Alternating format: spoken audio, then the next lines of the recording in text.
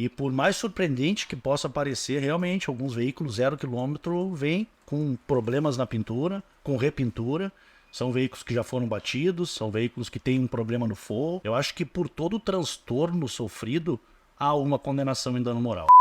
Direitos do consumidor. Espero que você goste do episódio de hoje que trata dessa importante área do direito, que está presente nas nossas vidas. Desde o nosso café da manhã, quando nós compramos algo numa padaria, até a aquisição de uma casa, uma compra importante que muda a nossa vida para sempre. Apresentam o nosso episódio de hoje Alexandre Andersen, especialista em direito tributário, Arthur Garrastazu e Renato Schenkel, que têm profundo conhecimento em direito do consumidor. Vamos mergulhar neste episódio em casos reais de consumidores e também exporemos dicas práticas sobre como se comportar em compras pela internet e outros atos de consumo que são tão importantes para a gente. Espero que você goste.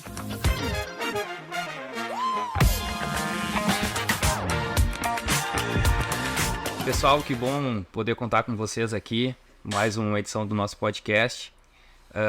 Acho que a gente vai conversar hoje sobre um dos temas aqui que mais diz respeito a todo mundo, né? Com essa questão de relação de consumo. E hoje a gente está aqui com dois advogados muito experientes, o Renato Schenkel e o Dr. Arthur. Como é que é a experiência de vocês aí no dia a dia com essa relação de consumo, já que dada essa... Hoje o mercado está muito aquecido, né? Principalmente com compras online. Como é que é o dia a dia da advocacia de vocês? Alexandre, eu iniciaria fazendo uma colocação que é muito importante, né? O Brasil tem 211 milhões de habitantes, segundo os dados do IBGE agora de dezembro desse ano, né? E então isso vale dizer que nós temos 211 milhões de consumidores. Temos 211 milhões de pessoas submetidas no seu dia a dia, no seu cotidiano, a essas regras, não só o Código de Defesa do Consumidor, mas a todos os princípios que criam um lastro jurídico, uma base jurídica que vai regulamentar essas relações que são, repito, do cotidiano. Todos os dias nós consumimos. Nós acordamos, tomamos café da manhã, estamos consumindo ali os alimentos, pegamos um Uber, eventualmente, uma condução, nos deslocamos ao trabalho, estamos consumindo combustível, o veículo ou o serviço. Enfim, o consumo ele é permanente. Por tal razão, nós temos milhões de conflitos a partir dessa relação que é continuada, que ela é diária, que ela é do cotidiano. Vejam só a importância e a abrangência do direito do consumidor nas nossas vidas. Uhum. É verdade, é verdade. A partir daí, eu acho que conflitos surgem. E esses conflitos eles podem ser tratados ou resolvidos nas mais diversas esferas. Nós aqui também conduzimos algumas questões, dependendo da complexidade, na busca até de uma solução, às vezes, na esfera extrajudicial. Caminhamos uma notificação, buscamos um contato diretamente com a parte adversa, e caso não obtenhamos êxito nessa tentativa, a gente evolui hoje numa sugestão ao cliente para a esfera judicial. Como o Dr. Arthur destacou, acho que até pela amplitude hoje dessas relações, a gente tem as mais diversas indicações para que esses conflitos venham a ser resolvidos. Então, nós temos ações indenizatórias, nós temos ações de rescisão, nós temos hoje a possibilidade também de buscar uma indenização por dano moral, dependendo, né, do conflito que gerou o consumidor. E a gente também se utiliza muito do Código de Defesa do Consumidor em favor do consumidor, para que a gente possa hoje também fortalecer e também diminuir essa hipossuficiência, essa diferença existente no conhecimento de um fornecedor para um consumidor, que ali venha conhecer o produto, venha conhecer o serviço que está sendo prestado. Eu acho que a partir daí, com essa primeira entrevista, com esse primeiro diálogo com o cliente, a gente acaba delimitando aquele problema que levou o cliente a nos procurar, e a gente acaba encontrando ali uma solução, ou extrajudicial ou judicial. E eu acho que aí a gente pula também para uma segunda etapa, que, considerando que a gente na esfera extrajudicial não pode chegar a um denominador comum, não consegue evoluir, a gente tem na esfera judicial a possibilidade de uma indenizatória, de uma ação de rescisão. E acho que o doutor Arthur pode também complementar algumas outras questões aqui. A gente pode... Um aparente problema. Eu digo que é aparente problema, porque na essência isso se resolve com alguns caminhos possíveis. É a questão da dimensão econômica da lesão. Nós enfrentamos muitas solicitações, muita procura de pessoas lesadas, mas a dimensão econômica da lesão, ela não permite o enfrentamento dos custos necessários para ingresso em juízo, para contratar um advogado, para pagar um advogado, eventualmente buscar um perito, as custas judiciais, quando existem, quando não se busca o ajuizamento no juizado especial, nas pequenas causas. Um exemplo, né?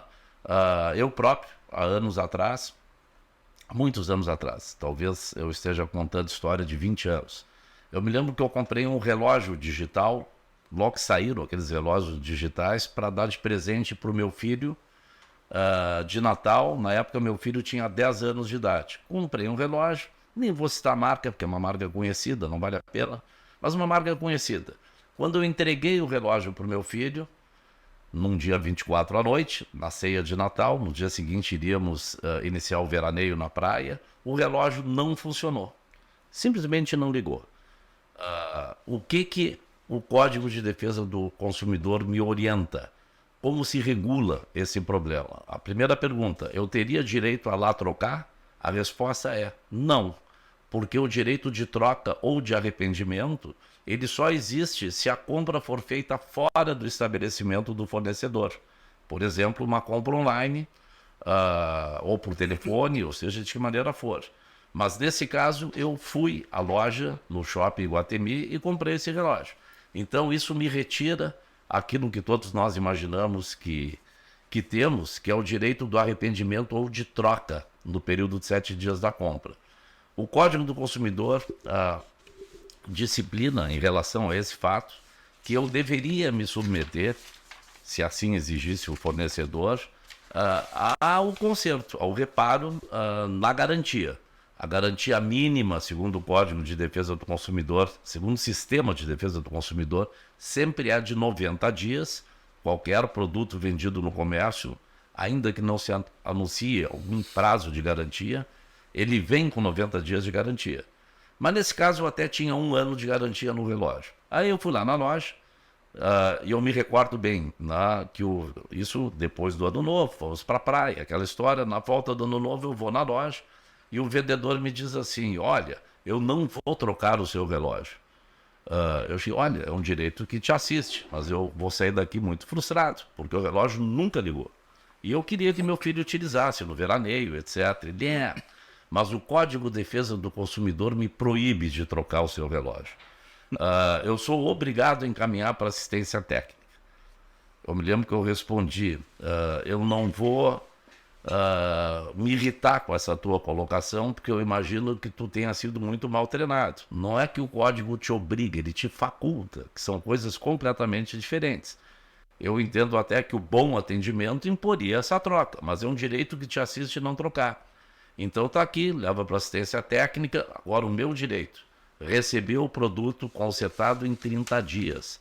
Se eu não receber no 31º, aí eu tenho o direito de exigir a troca pelo mesmo relógio ou por um superior, se não houver mais o mesmo. Já que nós estamos falando em direitos, tu está colocando as tuas prerrogativas, deixa eu responder com os meus direitos. Eu me lembro que ele ficou meio atrapalhado, porque provavelmente tivesse sido mal treinado, compreendeu mal o treinamento que o lojista deu, e em 15 dias ele consertou o relógio, ou trocou, nem sei o que fizeram, e o relógio aí funcionou, era de uma marca conhecida. Bom, se eu tivesse que ingressar em juízo numa questão dessas, era um relógio bem barato, ele era bonito, mas era uma compra que não era de valor relevante, certamente os custos envolvidos seriam maiores do que o próprio bem. Não? Era uma criança, era um relógio que eu estava dando quase de brinquedo para um filho meu que era criança. Como que nós resolveríamos essa situação? Eu descartaria entrar em juízo, até porque em juízo eu ia obter exatamente isso, ou a troca em 30 dias, ou o conserto em 30 dias, ou a troca a partir daí. Quer dizer, envolver todo o aparato judicial para apreciar uma demanda dessa natureza, evidentemente não seria o melhor caminho. Então, o que nós faríamos como advogados, se alguém com esse problema nos trouxesse exatamente essa situação? Nós notificaríamos a loja, já para demonstrar que aquele consumidor, eu não digo lesado, mas com uma determinada pretensão, porque pode acontecer de adquirir um produto que venha de fábrica com defeito. Não é? Aquele consumidor, ele estava expondo-se a uma relação protegido por um advogado. Não é? E se ainda assim não houvesse um tratamento a contento, respeitando aqueles preceitos do Código de Defesa do Consumidor, o nosso caminho, nesse caso, seria notificar as autoridades regulatórias. E esse é um ponto muito relevante. O sistema de defesa dos interesses lesados, ele não envolve, como a gente pode pensar a uma primeira vista, ingressar em juízo e buscar uma indenização. Ele envolve outras alternativas, como acionar um PROCON, acionar o Ministério Público. O Ministério Público Estadual tem um setor interno de defesa do consumidor que é muito operante, funciona extremamente bem. E aqui eu faço um pequeno parênteses, na qual a preocupação do Ministério Público é identificar se aquela eventual lesão individual que chega ali, ela pode ser uma ponta de um iceberg. Ela pode refletir uma massa de lesões semelhantes, não é? Uma afronta a direitos coletivos, difusos ou individuais homogêneos. E aí sim o Ministério Público entra para coibir uma eventual prática em massa por algum fornecedor. Mas, dando um passo para trás, né, complementando o que o Renato colocou muito bem, ingressamos em juízo, não ingressamos, esse é um juízo de ponderação que envolve uma série de fatores. A primeira delas, a dimensão econômica da demanda. Seria frustrante para alguém lesado gastar mais com o escritório de advocacia, isso envolve custos mínimos de operação, do que o dano em si. Mas, e esse é um ponto de muita importância, eu vou dizer que, eu não vou dizer na maior parte porque talvez isso não seja necessariamente uma verdade, mas em inúmeros casos de lesão a interesses do consumidor, há uma prática culposa, ou uma negligência, ou uma imprudência, ou uma imperícia na prática do serviço, ou dolosa, aí nós já entramos em outra seara, de golpes, etc. Mas uma prática culposa que potencializa a busca de um dano moral. Eu estou trazendo aqui, Renato, um conceito de culpa numa relação onde a aferição da responsabilidade é o objetivo. O que significa isso? Não importa se há a imperícia, a imprudência ou uma negligência. Quer dizer, sempre que há o dano, há o dever de indenizar. Mas se nós temos, colateralmente, se subjaz aquele dano, algum comportamento deletério por parte do fornecedor, aí nós sempre temos direito a acumular a reposição do dano com uma indenização por dano moral, para que sirva de lição ao fornecedor para que ele não mais haja assim, que é um dos efeitos da indenização por dano moral. Não só repor o prejuízo imaterial, a incomodação ao lesado, mas também o sentido educacional de coibir novas práticas. É isso, Renato. É isso. Com relação ao dano moral, ele é um tema muito... Eu acredito que lá no início do Código Civil, em 2002, do novo Código Civil, ele ficou muito evidente, Então, qualquer tipo de conduta que aborrecesse um pouco qualquer das partes envolvidas numa relação jurídica já dava aí um fundamento para uma condenação em dano moral. Mas especialmente com essas relações de consumo hoje, o STJ está tendo um posicionamento meio que de tabelar o valor das indenizações, em alguns casos concretos. Como é que isso tem acontecido hoje na realidade processual, Renato? Eu acho que está ocorrendo, com base na jurisprudência, uma restrição, uma análise mais aprofundada, não obstante a utilização ainda da teoria objetiva. Eu até aproveito o exemplo do Dr. Arthur em relação, de repente, a um produto de valor não tão significante que poderia, então, dar ensejo a uma notificação extrajudicial. Colocando um outro exemplo que nós temos aqui, que são várias ações que nós temos nesse sentido, que também diz respeito a um vício no produto, que são a veículo 0 km. Nós temos ações, então, claro, que no outro lado, em relação a valores de um relógio, como o Dr. Arthur destacou, e que realmente aí nesses casos a gente recebe a reclamação do cliente que adquiriu um veículo 0 km, que aquele veículo 0 km veio em determinada parte ou com uma repintura ou com um dano, algo que com um veículo 0 km jamais seria esperado.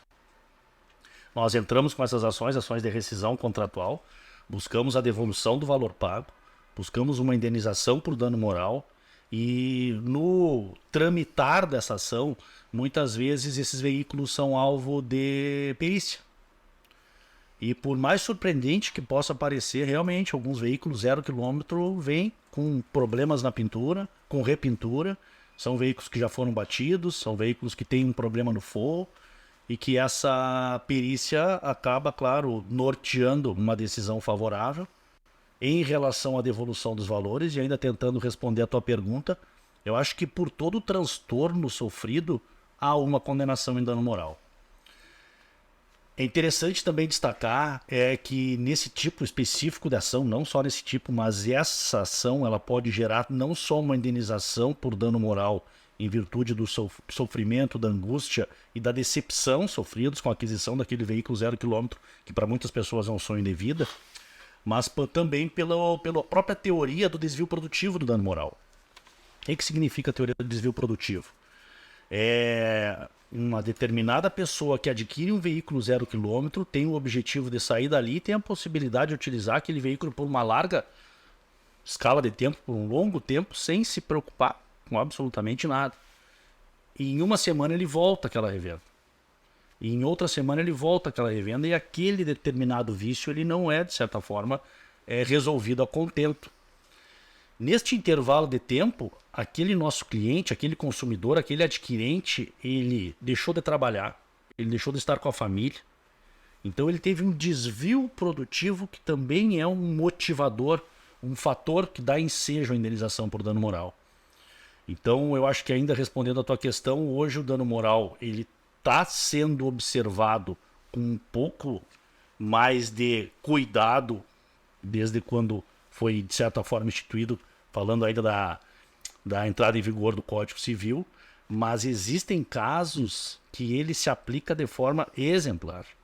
Ou seja, existe uma necessidade, para complementando o que o Dr. Arthur dispôs acerca de uma necessidade de que situações como aquelas não se repitam, ou seja, que não se restringe em relação àquele fornecedor, tão somente uma devolução de valores, mas que também se imponha uma condenação pecuniária para que ele possa tomar cuidado para que aquilo não se repita, mas também tem todo esse outro transtorno, por outro lado, sofrido pelo próprio consumidor. Que é a relação do desvio produtivo, ou seja, de questões que ele deixa de fazer para poder resolver aquele problema, que de certa forma é então convertido em valores numa indenização por dano moral pelo desvio produtivo. Só seguindo nessa linha da indenização ainda e do dano moral, existem algumas condutas que por si só geram ainda o dever de indenização, né? Ou seja, tem algumas condutas em que elas têm que ser valoradas, né, de acordo com o caso concreto, mas existem algumas que elas por si só já causam, né, o direito à indenização, que é o que a gente chama ali do dano moral presumido, ou o in re ipsa, né? A gente não gosta muito de usar esses termos em latim, mas como é que eles funcionam no caso concreto, Renato? Eu colocaria, eu acho que um exemplo prático do dano presumido é o registro de um consumidor nos órgãos de restrição ao crédito por um valor indevido, por um valor incorreto, por uma dívida prescrita. Ou seja, o consumidor, ele pode... Aí nós estaríamos falando em relação a valores acerca de uma negativa de financiamento, acerca de uma impossibilidade de aquisição de algum produto em virtude daquela negativa. Agora, a negativa por si só já gera o abalo. A negativa gera uma presunção de que a partir dali aquele consumidor ele se torna impossibilitado de seguir no comércio, né, de certa forma, adquirindo produtos ou consumindo de alguma forma. Então eu acho que esse é um exemplo prático do dano presumido.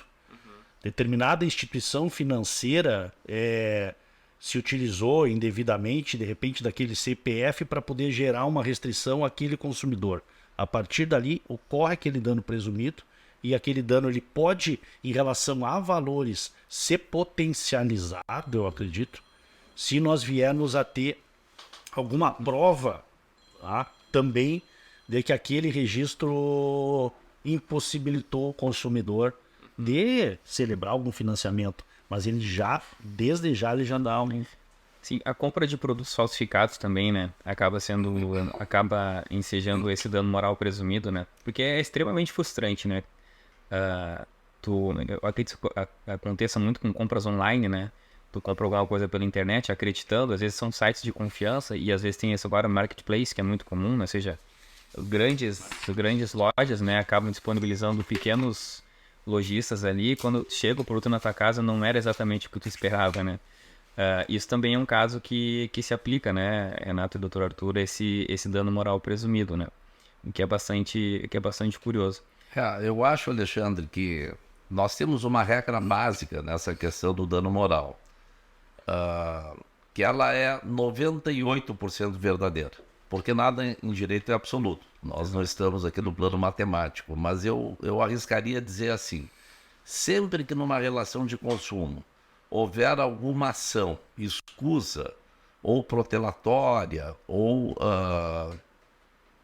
motivada por algum interesse de obter um lucro indevido ou desatenciosa por parte do fornecedor, nós trazemos a esfera do dano moral como uma hipótese concreta nesse caso. Tá? Então, uma loja que anuncia um produto, vende o produto e o produto é falso, ele é falsificado. Bom, o lojista até pode dizer, olha, eu não sabia, eu também fui enganado. Mas aí nós entramos na questão do ônus da prova, que sempre é em favor do consumidor e contra o fornecedor. Nós alegaremos o seguinte, independentemente de tu saberes ou não, tu vendeste um produto falsificado. Eu quero desfazer o negócio e aí nós temos uma possibilidade do dano moral por todo esse transtorno. Quer dizer, eu quero comprar um produto original e acabo recebendo um produto falsificado. Eu fui enganado de alguma maneira na minha boa-fé. A questão, dando um passo para o lado aqui, do vício oculto, que o Renato expôs em relação a um veículo. Não é? Isso é muito frequente aí no nosso escritório. Há muito produto com vício oculto sendo vendido por aí. E aí nós temos, sob a ótica do fornecedor, duas condutas possíveis. Ele não sabia do vício e imediatamente ele se dispõe a atenuar aquele problema concedendo o direito previsto lá no artigo 441 e 442 do Código Civil, que seria o abatimento do preço em valor suficiente para repor aquele vício ou para que o consumidor fique com um produto depreciado em alguma dimensão não essencial, pagando menos por ele, ou até desfazer o negócio, ele ofertando essa possibilidade, propondo essa possibilidade para o fornecedor. Se o fornecedor age assim, ele não se exime da responsabilidade de desfazer o negócio em caso de vício oculto ou de abater um preço. Agora, nós tivemos um caso recente lá, de um cliente que comprou uma moto, de novo eu não vou citar a marca, mas uma moto importada das mais valiosas do mercado, pagou R$140 mil pela moto. E a moto tinha um barulho que incomodava ele muito, tipo uma bateção de pino. Antigamente se dizia o carro está batendo pino. Então tinha um ronco que ele achava que era uma correia que escapava e aquilo incomodava ele. Ele entra na internet, pesquisa e descobre que há de fato algumas unidades produzidas daquela marca que apresentavam esse defeito. Ele descobre em fóruns de consumidores. Ele vai à revenda e pede a troca. Eu não quero essa moto. Aí a revenda se defende, né, alegando o seu direito de consertar, da garantia, né, da garantia, e não fica bom. E, enfim, a revenda resiste a desfazer um negócio devolvendo o dinheiro, resiste a trocar a moto por outra. O que sobra ao nosso cliente? Buscar isso judicialmente e aí com dano moral. Porque houve uma resistência que não foi legal, ela é indevida. Atropelou o direito, a prerrogativa do nosso cliente de fazer essa troca, uma vez que o produto não foi consertado. Ou desfazer o negócio.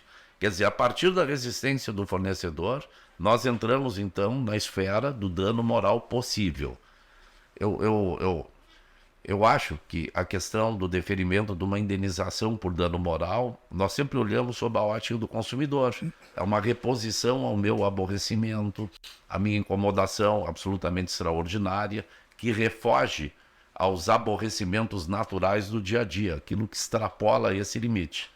Mas nós observamos que o juiz, quando aplica uma condenação por dano moral, claro que leva isso em conta, inclusive traz essa motivação na sua sentença, mas o vetor que conduz o juiz a aplicar uma indenização maior ou menor, na maior parte das vezes não está no dano experimentado pela vítima, pelo consumidor, mas no comportamento mais ou menos ofensivo, ou deletério, ou irregular, né, do fornecedor.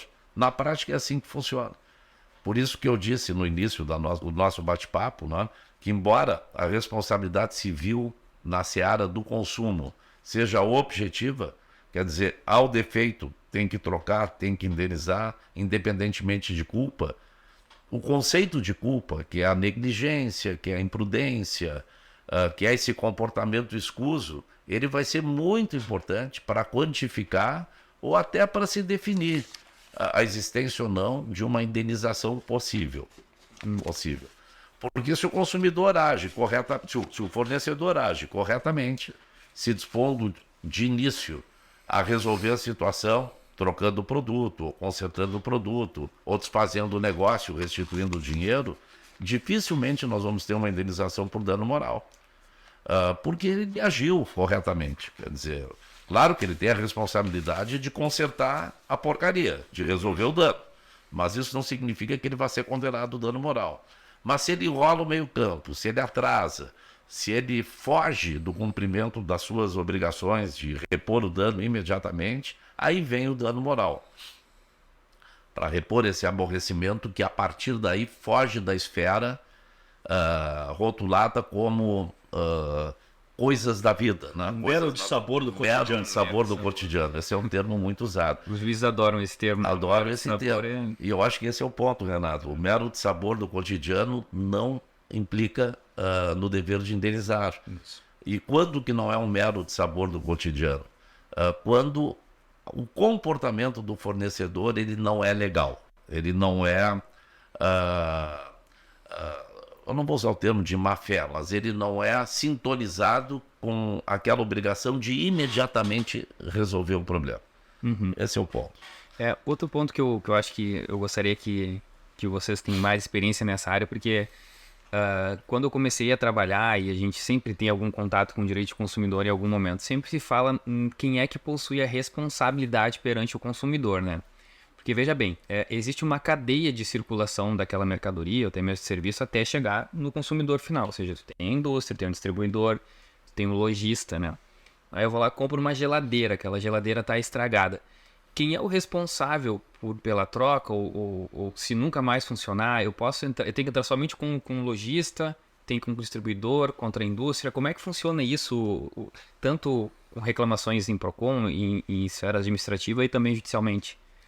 O Código de Defesa do Consumidor ele traz esse benefício para que qualquer fornecedor envolvido na cadeia possa ser alvo ou de uma notificação, ou de uma ação, ou de uma solicitação de troca. Eu até trago para exemplos mais simples também, ações que nós temos diariamente aqui no escritório acerca, às vezes, de produtos consumíveis, produtos dos mais simples, adquiridos em supermercado, ou com data vencida, ou com algum problema na utilização, e que acaba gerando, às vezes, reflexos, acaba levando consumidores a hospitais, E nessa cadeia de transporte, de fornecimento, de fabricação ou de distribuição, o Código de Defesa do Consumidor permite que qualquer envolvido possa ser alvo daquela solicitação.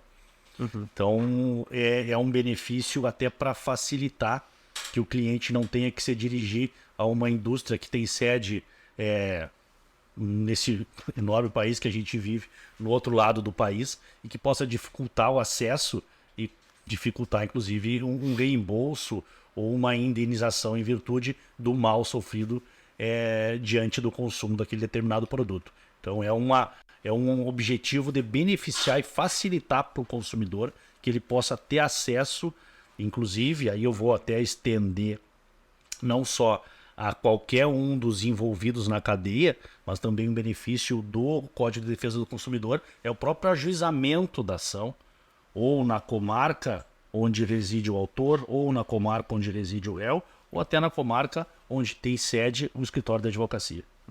Isso é curioso porque, enfim, o Renato trouxe aqui essa possibilidade. É mais fácil tu cobrar daquele cara, daquela empresa que te forneceu o produto do que o industrial, né?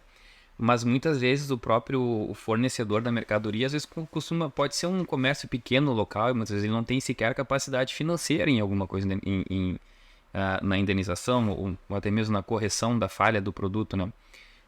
Então essa questão da responsabilidade objetiva em que tanto o fornecedor como a indústria, ela facilita com que o consumidor tenha o direito dele preservado, de certa maneira, né? Se um dos componentes aí daquela relação jurídica não conseguir consertar, né, essa relação jurídica, alguém da cadeia vai ter que se preservar a fazer isso, né? Mas um ponto que eu queria dar prosseguimento e que sempre me chama muita atenção é a questão de cobranças indevidas e pagamentos indevidos. Isso aqui é muito... Eu acredito que possa ter acontecido algumas vezes. Alguns consumidores recebem, e às vezes ou são principalmente bancos, né? Às vezes os bancos eles vão lá e cobram alguma tarifa, alguma coisa a mais, e isso o consumidor paga muitas vezes sem saber. Como é que funciona esse direito à restituição ou repetição de indébito, né? Que também acaba se utilizando. Como é que ele funciona? Existe algum tipo de penalidade que é imposta a quem faz essa cobrança indevida e para quem realiza o pagamento de boa-fé de algo indevido? Tem alguma penalidade se aplicada ou a restituição em dobro, alguma coisa assim? Existe ainda esse tipo de previsão? A restituição em dobro, ela hoje na jurisprudência, ela está sendo utilizada só quando presente a má-fé. Então, na maioria das vezes, quando ocorre a cobrança indevida de algum valor, ele é devolvido na forma simples e pode dar ensejo alguma indenização por dano moral se gerou um transtorno que ultrapassa o mero dissabor do cotidiano. Agora, o artigo 42, que dispõe acerca da possibilidade da repetição em dobro, ele está sendo aplicado tão somente quando presente a má-fé nessa cobrança, o que hoje a gente está com uma certa dificuldade de provar e que muitas vezes não acontece, né? Acontece uma cobrança indevida em virtude de uma conta que não foi encerrada, mas que pela ausência de movimentação num determinado período, 6 meses ou 1 ano, a instituição financeira deveria supor que aquele cliente não mais se utiliza daquele montante e deixar de aplicar encargos negativos naquela conta. É um exemplo, tu entende? Mas nesse exemplo que eu utilizei, que pode se estender a outros vários, não existe a má-fé necessária para a repetição em dobro. E com relação à publicidade enganosa, pessoal, a gente a todo momento, né, a gente cruza aí com promessas que não são possíveis de serem cumpridas, né? O que acontece quando existe uma oferta, na verdade, e esse fornecedor não consegue entregar? O que pode ser feito? É sempre esse mesmo caminho, a gente tentar um contato administrativo via PROCON e, conforme o caso, buscar o judiciário? Eu tenho aqui, por coincidência, uma decisão também nessas pesquisas e casos que diariamente aí nós defendemos, justamente destacando as consequências aí de uma publicidade enganosa, né, acerca da luz do direito consumerista. destacando, inclusive, acho que conceituando, né, dando o conceito de que é toda aquela que contém informação inteira ou parcialmente falsa ou que omite informações relevantes sobre o produto ou serviço, capaz de induzir a erro o consumidor a respeito da natureza, característica, qualidade, quantidade, propriedade, origem, preço e quaisquer outros dados sobre os produtos e serviços. Então isso pode, claro, a partir do momento que uma propaganda enganosa gerar uma devolução de valores. Eu acho que a gente aqui está até equiparando, não andando presumindo, mas algo que também ultrapassa um pouco o mero do sabor do cotidiano e que dá ensejo também a uma indenização por dano moral, porque tu tinha uma expectativa que, de certa forma, ali é frustrada. Doutor? Isso é bem como o Dr. Arthur falou, né? O dano moral, na maioria das vezes, ele não é tão somente... quando tu vê alguma atitude de má fé com relação ao fornecedor, o dano moral ele fica mais evidente, ele é mais fácil de ser aplicado.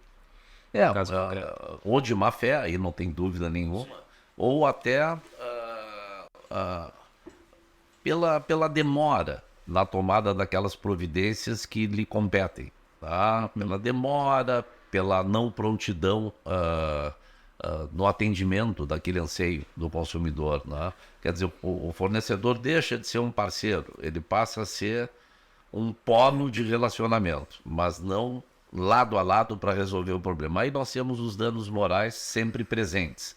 Isso não significa que em outras situações nós não busquemos danos morais independentemente de culpa, apenas pela responsabilidade objetiva. E um exemplo disso é o caso de extravio de bagagem em viagem ao exterior. Eu vou ao exterior com a minha mulher, de férias, extravia a minha bagagem. Eu não vou nem entrar porque não é o assunto aqui do nosso debate hoje, né? Isso nós podemos aprofundar talvez num outro podcast especificamente sobre isso. Mas extravia a minha bagagem, eu tenho direito a uma determinada indenização pelos bens perdidos ou sobre aquilo que eu precisei comprar até encontrar minha bagagem, artigos de higiene, um pijama, aquelas roupas de urgência, uma camiseta, mas há o dano moral, que é todo o transtorno de numa viagem de férias a gente chegar sem uma escova de dente no hotel. Tá? E aí não houve culpa de ninguém, houve um extravio de bagagem que pode ter acontecido por algum fato aleatório, que não envolveu uma imprudência ou uma imperícia, são as coisas do cotidiano. Quer dizer, aeroportos enormes, como o de Londres, o maior Heathrow, o maior aeroporto do mundo, e lá ocorrem muitos extravios de bagagem. Ele é conhecido no meio turístico aí por ser um aeroporto que gera muito extravio pelo seu tamanho, tá? Mas a jurisprudência entende que, numa hipótese dessa, sempre há direito a dano moral. E não há um comportamento escuso do fornecedor, é um fato, tá? Que enseja o dano moral. Então, quando eu disse que é 98% das vezes, a indenização ela vai tomar em conta um comportamento não legal, não 100% parceiro do fornecedor. Mas há outros casos que nós também teremos a indenização por dano moral e isso não chega a acontecer. É isso, né, Renato? Perfeito. É isso aí. Algo que o Dr. Arthur começou ali na exposição, mas existe uma diferença muito grande, né, entre aquela diferença entre a compra que é feita online e a compra física, especialmente com relação ao direito de arrependimento, né? Ou seja, tu compra alguma coisa pela internet, ela não, ou seja, tu compra uma camiseta não serve, compra uma calça não serve, um tênis não serve, o Código de Defesa do Consumidor ele dá um direito à devolução desse produto em um prazo, né? Como é que funciona isso aí, Renato? É um prazo de até 7 dias. O Código de Defesa do Consumidor permite o desfazimento desse negócio, essa aquisição pela internet a partir da chegada do produto em até 7 dias. E eu acredito que até na prática, a gente retroagindo um pouco em relação a produtos fraudulentos, né? Produtos com fraude ou produtos até falsos, né? Desculpa, falsos. Eu acho que a gente consegue ter uma diferenciação também na aquisição presencial para aquisição online, ou seja, o potencial para que aquela aquisição de um produto falso pela internet possa gerar uma indenização por dano moral é um pouco maior, porque tu tinha uma determinada expectativa ao consultar em um computador, ao consultar no teu celular, daquele produto que a um primeiro momento parecia realmente ser um produto original. Sendo que presencialmente tem uma possibilidade um pouco maior já de vislumbrar. Pode enfraquecer um pouco essa possibilidade de desfazimento do negócio e gerar uma indenização por dano moral. Então essa aquisição online potencializa essas possibilidades. Em virtude daí da distância, da impossibilidade de tu poder consultar aquele produto. Um relógio, por exemplo. E isso a gente tem casos práticos de tu enxergar um relógio ali muito legal, muito bonito. Sabe que um relógio até às vezes de um valor um pouco elevado presencialmente, mas tu compra na internet por um valor um pouco abaixo, achando que fez um ótimo negócio. Quando chega um produto totalmente falsificado. Se chega, né? Se chega. Isso que é engraçado, né? Porque às vezes o barato sai caro, né? É uma expressão popular, mas é o que acontece. Porque, imagina, né? A gente tem conhecimento sobre aquele produto que a gente quer adquirir, e às vezes as ofertas que estão na internet, entrando mais uma questão de como o consumidor deve se portar, isso aqui eu tenho certeza que acontece muito, é quando a gente se depara com uma oferta com valor muito inferior ao valor comum de mercado de um produto, né? Claro, às vezes há super promoções, há Black Friday, enfim, às vezes aparecem algumas promoções, mas principalmente sites que são pouco conhecidos e com ofertas de caráter duvidoso. Enfim, existem alguns mecanismos assim que o consumidor pode utilizar para se proteger, mas o bom senso também tem que lidar na hora ali, né, de a gente fazer isso.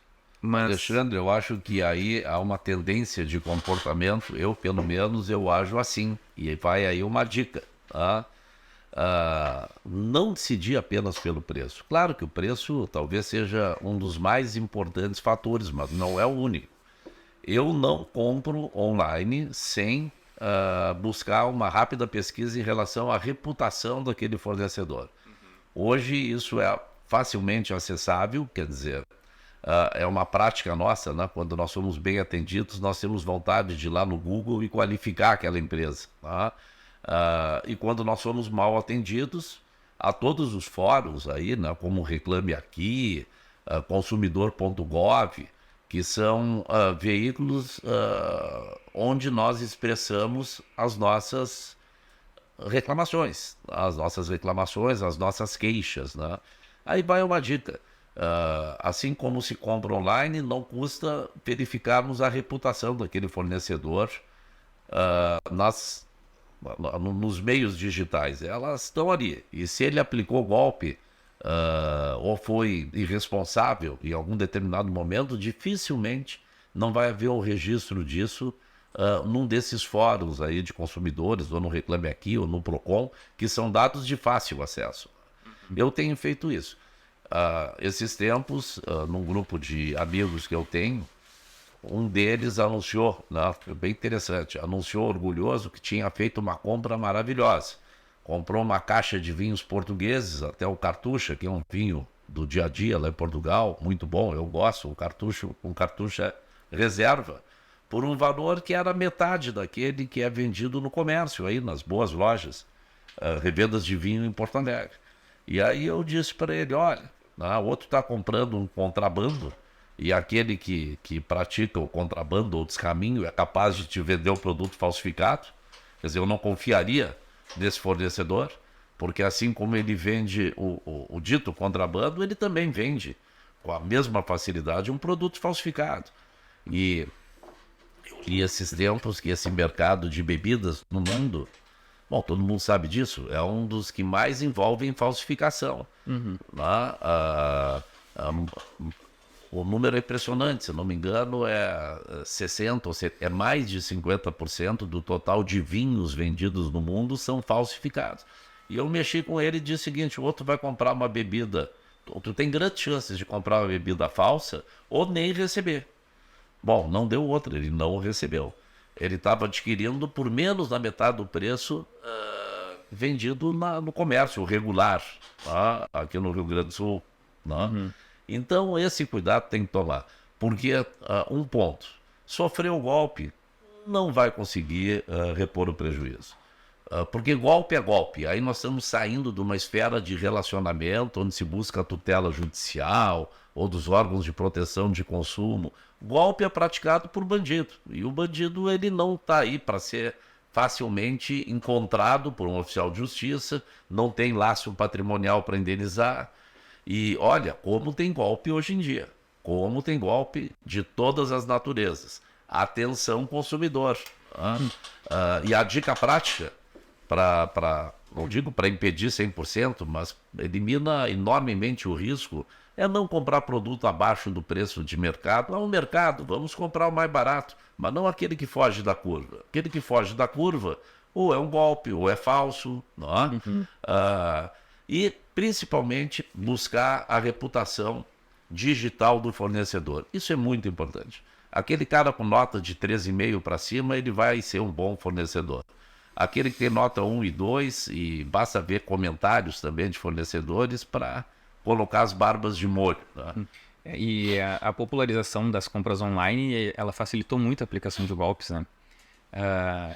É muito comum hoje a gente cruzar com mais inúmeros, toda hora a gente é comunicado, recebe um SMS do banco dizendo que tu tem, sei lá, quantos mil pontos de milhas para expirar e tu não sequer é correntista daquele banco, assim. Verdade. Então a quantidade de tentativas de golpe hoje ela é bem evidente, né? Mas eu queria avançar um pouco aqui, enfim, me deparei com algum problema com um fornecedor comigo. O que é a sugestão que a gente pode dar para quem está nos assistindo, né? Inicialmente eu posso, enfim, tentar resolver diretamente com ele, aí há uma resistência, vou para o PROCON ou algum outro órgão de controle. E qual o momento exato para a gente procurar o judiciário, né? O judiciário tem que ter advogado, não tem que ter advogado? Que tipo de procedimento que a gente pode adotar? Eu acredito que ainda o judiciário é ainda a grande forma de solucionar problemas e a gente tem que dividir, de repente, em relação a valores do que a gente está falando. Tá? Ou seja, produtos de menor valor, ele vai ser encaminhado para o juizado especial.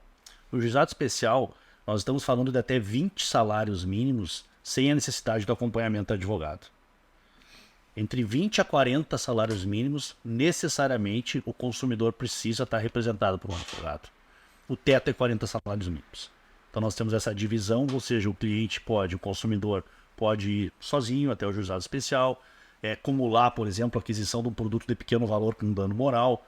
Um produto de 3, 4, 5 mil reais, acumulado com mais um pedido de 5 mil de dano moral, ele ainda vai poder litigar contra aquele determinado fornecedor sem a necessidade de estar acompanhado por um advogado, sendo que é o ideal sempre que ele esteja representado por um advogado, até porque o advogado dativo que vai ser disponibilizado na hora não tem o conhecimento do caso com o advogado contratado. A partir de 20 salários mínimos, ele necessariamente tem que estar representado por esse limite de 40, a partir de 40 necessariamente vai para a justiça comum. E aí eu acho que a gente também complementa a respeito das custas, a respeito dos honorários, para que a gente possa diferenciar.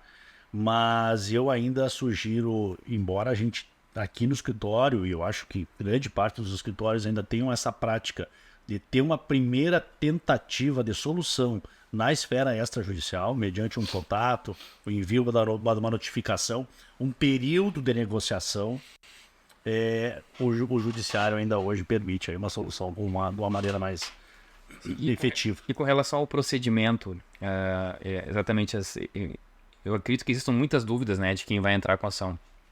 Aí entrei com essa ação judicial amparado por um advogado.